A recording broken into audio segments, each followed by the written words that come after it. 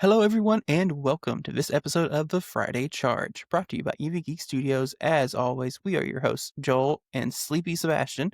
And today, October 24th, 2025, we've got a lot to talk about. We're going to talk about we've got a couple GM stories. We're going to talk about a bike for a little bit, which will be fun, and we'll see what else we talk about. So without further ado, let's plug in and get started.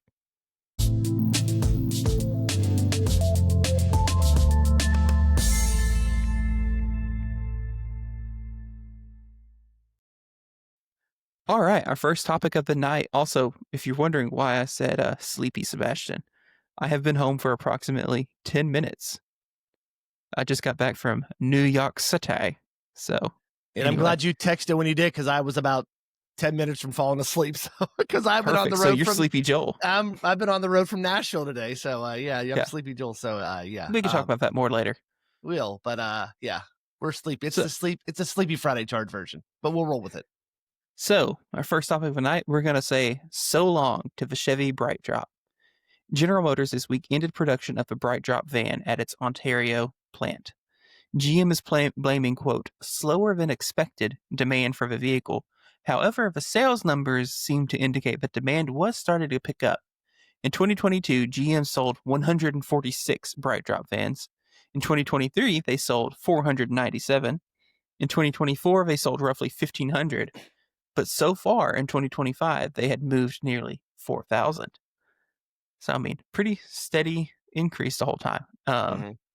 Many believe that this is actually just due to the, we'll call it changing political landscape, including, the off and on again trade war between the U.S. and Canada. Read into that what you will.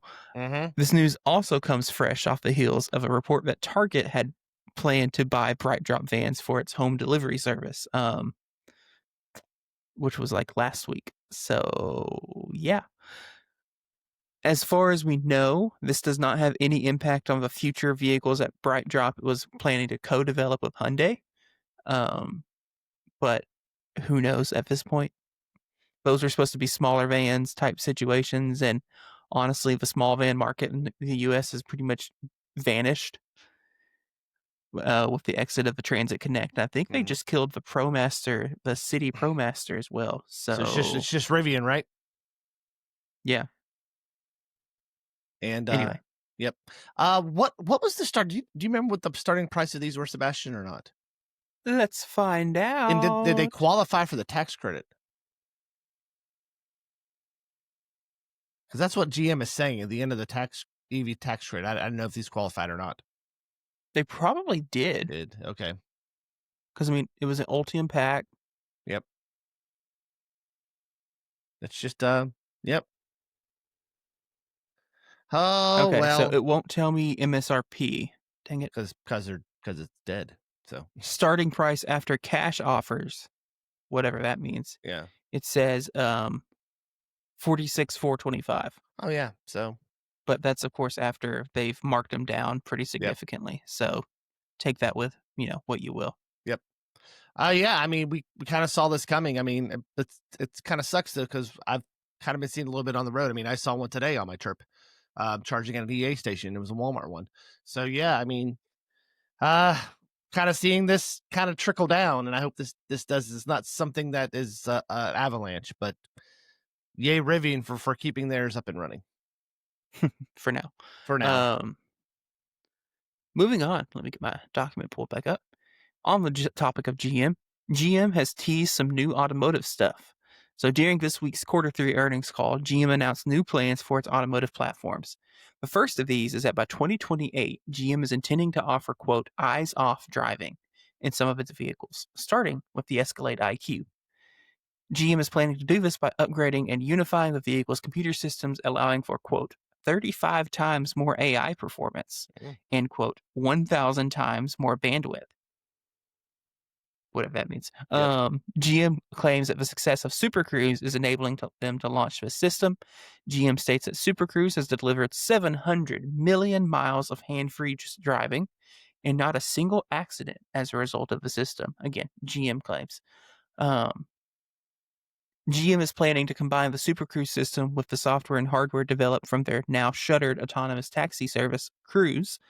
This means we should expect GM to use LiDAR, cameras, radar. It's all the sensor suites possible to do the hands-off charging, self-driving. GM also claims that conversational AI powered by Google Gemini will be coming to its vehicles next year, because that's what everyone wants, right? Yep. It is also expected that this move to the new, quote, centralized computing platform, that GM will be removing Carplay and Android Auto from all of its vehicles, not just its Say EVs. that one more time. That's important. Say that one more time. It is expected that GM will be removing Apple CarPlay and Android Auto from all of its vehicles. So how does that make you feel? Because you are a devout CarPlay user. I don't think I'm as devout as you think I am. Really? I thought you were pretty devout in the Bolt, though, weren't you, or not? Yeah, because my Bolt has terrible software, and I use it in the Hyundai because the software is bad. Yeah. But I like, mean, I feel like I could. I mean, in the times I've used cars that don't have it, if the software is at least halfway decent, mhm. it doesn't bother me. Because ultimately, CarPlay is pretty simple in what you're allowed to do with it anyway. Yep. You can pull up a map, you can play music. Yeah. If I can have Spotify installed on the car and it's already signed in, and have Google Maps installed on the car that's signed in to my Google account, like it doesn't, Yeah. to me, it's a non-issue The type problem is with situation. your Ioniq 5, it's just not that seamless. Yeah. Yeah, and their navigation is just it's not there yet. So I experienced that today. It's not there yet. Yeah. Yep. All right. That's all I got on that one. You go ahead and move on. Moving on. There's a new Mach-e. Ford this week took the wraps off of its newest special edition Mustang Mach-e called the California Special.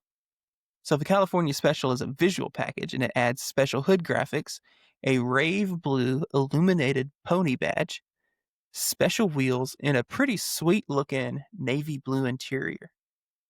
Now, this package is only available on the GT trim and will cost an extra $2,495. So I didn't have a ton of notes on this. I just thought it looked cool. And it is, I don't know. They're also doing this on the gas Mustang for this model year as well. And it's kind of a historical thing, but I just thought it was neat. Yeah, I saw this pop up on Liv and Patrick's. They did an episode about this, and we're talking about it. I like this. This looks really cool. I mean, once again, it's what do we say about Ford? If you're not going to make new EVs, you got to keep updating the ones you currently have. So this is another round of that, of them updating the ones they currently have. So Right. yeah, kind of has like a little rally, almost like a little rally look to it, with that stripe With going the down the stripe. hood, with stripe going down the hood and things like that. But yeah, I'm digging it. I like the little blue logo on the front here. Some of those exterior pictures, if I can get them to get bigger, which I can't, so they're small on the screen. So that's what you get. But yeah, I like it. I don't know how well do you think it will sell? I mean, they'll sell what they can make, I'm sure. Yep. Who knows how many they're planning to make. Yep.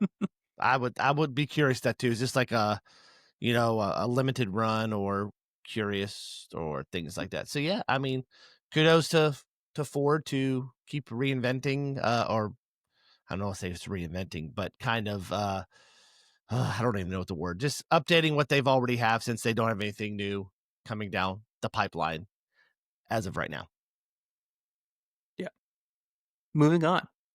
Also, Rivian this week launched for spin-off mobility company Also. You know, when I saw that in the notes first, I was like, just like a random story you picked up. And then I started reading over. It's like, oh, he's talking about the new. No, the company is just the called company. Also. Yeah, I was like, why don't we have a topic for this? And I started reading the notes, like, oh, now I know what he's talking about. Okay, so yeah, you can go on now. Also is launching with a pair of e-bikes, kind of e-bikes, both for consumer and commercial use.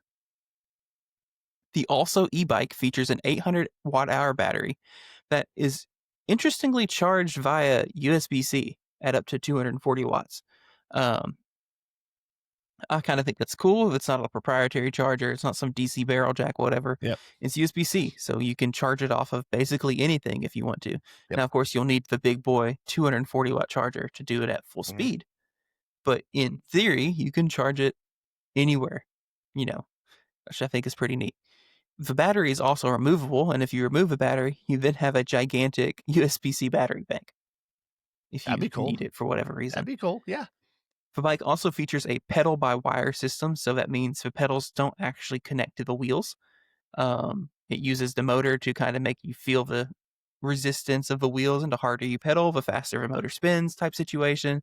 In addition to varies with throttle as well. You can do it that way, which I thought was cool. And they have a simulated mode for like off-road use that will simulate shifting, which I thought was cool.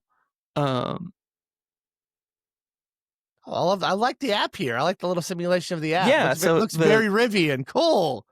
yeah, and the interface on the thing, it's got like a little round, kind of looks like a Nest thermostat display on the stem. That's pretty neat. And Yep. like the way it works, like if you don't have, the thing correct to do, the bike is useless. The rear wheel is locked. The pedals just spin. They don't control anything. Like there's no sense in stealing one.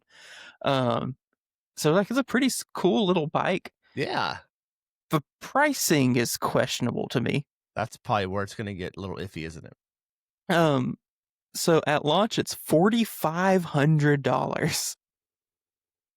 That's pricey. Yeah. That's spicy pricey. And like I admit, I'm not the biggest person who knows about e-bikes. I know bikes can be very expensive, but I know you can also get e-bikes with similar specs for a lot less that aren't garbage bikes.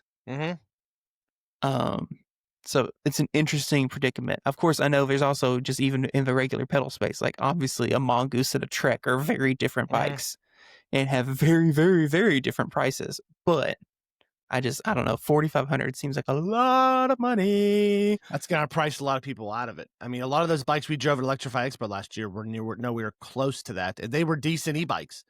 I mean, the one that we drove for Mod was a decent e-bike, and nowhere close to that pricing. So yeah. I mean, I'm glad this is. I mean, it's something innovative. It's something cool. Something I like to try out. But yeah, that pricing is a little high. But wait, there's more. There. Oh, there's more. Go on. There's more. Also is also launching what they're calling the TMQ, which is a specialized platform designed for urban environments featuring 4 wheels and a customizable cargo area. And one of the designs they showed off looks like a shrunken down Amazon Rivian EDV. And on that subject, Amazon has stated it intends to purchase thousands of these pedal-assisted quads for areas where they're already doing kind of bike-style delivery. There we go. It just looks like a tiny little Amazon van. It's so cute. I actually have one down here. I'll share this picture. It's actually got the logo on it. So there you go. Yeah, it's so cute. Those wheels. Anyway, I thought that was super cool. Something you see on like the streets of like, an Asian country or something like that making deliveries, I would imagine. That looks pretty cool. New York. Or New York, yep. Yeah. Or something like that. That would be that'd be kind of cool. Yeah, I like that. But yeah, that's pretty cool. I'm glad, Rivian's kind of branching out with this company here, and I'll be curious to see what this is like in the next year or two. What the outcome of this is. Yeah. All right, Joel. You went on a road trip. I did. We took a little road trip to Nashville. I wasn't bad. I mean, Nashville's not a far drive for it. It's like a little over 5 hours. It's not bad. But yeah, we decided to use the EV6 navigation, which again has you stopping at like 46%. Like I said, I couldn't make it to Memphis at 100%. I could easily make it to Memphis and have like 30% left, but it wanted me to stop in Brinkley at 54% and charge for 8 minutes. And I'm like, nope. And I'm always like, no, we need to do it. I was like, I promise you, we don't need to do that. If something were to happen, not Brinkley. Yeah, I wanted me to stop in Brinkley, I think. And then again. So it was stopping you at Tesla? It was. Yes, it was. No, it wasn't. It was stopping me somewhere else. It may have been, I lie. It was Forest City. Yeah. But I'm thinking if I'm at Forest City with 54%, I only have 45 more minutes to go. Why am I stopping? And then and then the second stop was like a 50 kilowatt station somewhere between Memphis and like I don't know, somewhere between Memphis and Nashville, and I'm like, why am I stopping? Why am I doing Mhm. it? But I said, you know what? We're just gonna do Tesla. I had the adapter on me, so I was able to get from here to Germantown, which I actually didn't use Tesla there because the EA is right there, and we weren't stopping long, and I didn't need that much charge. So I think we are there for maybe 15 minutes, and that got me to. And you looked out that the Germantown one wasn't full? It wasn't full. A lot of no, there wasn't. There was a Mercedes EQE, and a Mercedes EQS, and I think a Nero that was charging there. But I got the Yeah, I last just feel like every 350. time I'm up there, I feel like it's packed and there's a line. Now coming back, there was. So Yeah. yeah, but I got the last spot, and really we were only there. We actually went through, got something to eat, ate in the car while we charged, and then our next stop was a really cool site. It's a newer site in Parkers. It was, I forget where it was. I forget the name. I want to say Parkersville, but I don't think that's the name. I think that's the road it was on. But it was a newer site at a newer gas station, and it was cool. Those were V3s. And that was a really cool site. No one was there. I think at the most time they had 11 stalls. At the most, there was maybe 3 cars charging, and they had the nice stall at the end for Kias who charged on the wrong side, which was nice. So I was able to charge there, and then we stopped one last time because our hotel didn't have charging, so we stopped right before Nashville to charge up enough to just get us back on the road. And then on the way back, same stops again. Each one was maybe 15 minutes. We did Tesla both times and got home. I'd say 5 hours and 40 minutes or something like that. But yeah, I mean, no, it was uneventful, no problems. It's just that I just don't know why Tesla has made improvements to their software where it actually has in-route navigation, or in-route charging Or on their Kia. navigation. Kia does, yeah. But it's not there yet. Yeah. And I showed you pictures. My ABRP map froze up. Don't know what was going on with that. It had me in Jackson and would not let me leave Jackson, Tennessee. It wouldn't route me everywhere from Jackson. So I literally had to uninstall the app and reinstall it when I got home. And then it let me kind of Hmm. move around with, but that was weird. So I just, we just winged it. I said, I know it's just 2 stops. Told my wife, I'm not worried about it. Let's just go. So we just charged, went, and had no problems. Both times charged like 80%. Probably didn't have to, but just did it and went. So yep, no issues Cool. no issues with the chargers, no issues with the adapters or anything like that. Everything worked well, except for me almost leaving the one charge stop with my cell phone on the back of the car. Because That's a you very gotta. Jill thing to do. That's a very Joel thing to do. I just hit the stop charging button on it, and I laid it down on the back of the car, pulled out the charger, got in, and then pulled about 20 feet up, and then realized as I went to go plug my phone because I knew it was dead, I was like, oh, shit, wait a minute. And then I went back and got my phone. It was still hanging on, still on the car. So luckily we hadn't left the parking lot yet. So, but as a kind of a Joel thing to do. So yeah, so talk about your trip. Uneventful? I mean, yeah, it was it was eventful, but Yep. it wasn't anything super car related. No EV related. So yeah. I spent the week in a concrete jungle where dreams are made of. If we only had the rights to the song, I'd play it now. God, everywhere. It was so funny. New York City, if you didn't figure it out. Last night, after we went and saw a show on Broadway because it felt What'd like you something see? we had to do. We went and saw Book of Mormon. Dude, that's awesome. It's good. Yeah, it was real good. We saw it here when it came to Little Rock. It's really good. I had no idea what I was walking into. Yes. I had no expectations. Did you just get one of those and like last minute seats available, whatever was available? we were sitting there like, okay, well, we're gonna have time tonight because Allison was gonna be done with her work stuff early. So I was like, Yeah. what should we go do? We're like, well, let's go see what we can go see. And so then we were kind of weighing our options. And you're like, well, we've seen that before here. Yeah. And Little Rock, we've seen this in Little Rock before. Never seen this one. Yeah. It was really good. Yeah. Yeah. Anyway, but after that, since we were right there, we were like, hey, let's go walk through Times Square. And I kid you not, everywhere we went, that song was playing. And I was like, do they just leave it on loop all the time? It's like the movie, what is it? They say they loop Santa Claus is coming to town, the movie Elf up the North Pole, just loops and loops Yeah. and loops and loops. Yep. Anyway, not a lot of EV related stuff. Every Fisker Ocean in the world is in New York City. Oh, I forgot to tell you about that. There was, on the way to Nashville, was a Fisker Ocean, and I tried to talk to the guy about it, and he wanted nothing to do with me. I was like, hey, you don't see many rows on there. He's like, yeah, I know. I'm like, oh, okay, have a nice day. See you later. Goodbye. He wanted nothing to chat about. But when you saw that, so yeah, so you said they're used as cabs as Yeah, so as part of the whole bankruptcy whatever process, a company bought all of Fisker's remaining inventory for dirt cheap. yeah. So it was roughly like 3,000 cars. And their whole business model is they lease them to taxi drivers, to Ah, Uber drivers, Lyft drivers, whatever. So there's like interesting. 3,000 Fisker Oceans that are taxis in New York City. And you said you got to ride in a BZ4X too, didn't you, while you're up there? Yeah, so our two Ubers that we took while we were there was a Model Y on the way from the airport to our hotel, which was nauseating to say the least. Tesla needs to let people turn one pedal driving off So you again don't know how to use it. Yep. because they don't know how to use it. Hmm. It was like, because it's pretty heavy stop and go traffic, which is normal. And it was just every time, it just literally, I started to record myself and then decided it wasn't worth it doing, but it's just the whole car ride. Yeah, I had to do that. Me and my son went shopping last weekend, and we had we had the EV6 out. He hasn't driven it in like 8 months. I said, "I need you to pick me up here. We're literally going to drive 1 mile down the road and go to another store, about to run and exchange this. Kind of like, wait on me." He got in that EV6, started going down that access road, and we're like a minute in. I said, "No." I reached over, hit that pedal. I turned it to 0. I said, "I'm going to throw up if you keep doing this." He's like, "I Yeah, haven't driven it in a while." I was like, "I know, you're on 0. Just use the brake. Just go yeah, old school, use the brake. I can't do this." yeah. This afternoon, though, the Uber from the hotel back to LaGuardia was a BZ4X. The BZ4X and Subaru Solterra don't have What? one One pedal pedal driving. driving. Now known as just the BZ. So as we've Sorry, seen I've yes. seen the Well, that ads. was a BZ4X, okay? Yes, yes.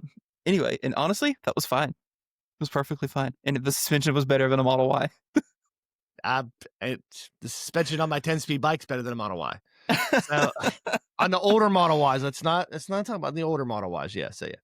But yeah, those are my only two EV experiences on this trip. We were in Manhattan. There is no DC fast charging that I could tell in Manhattan because there's not that many places to park your car in Manhattan. Is it inside? Do you think they're inside garages?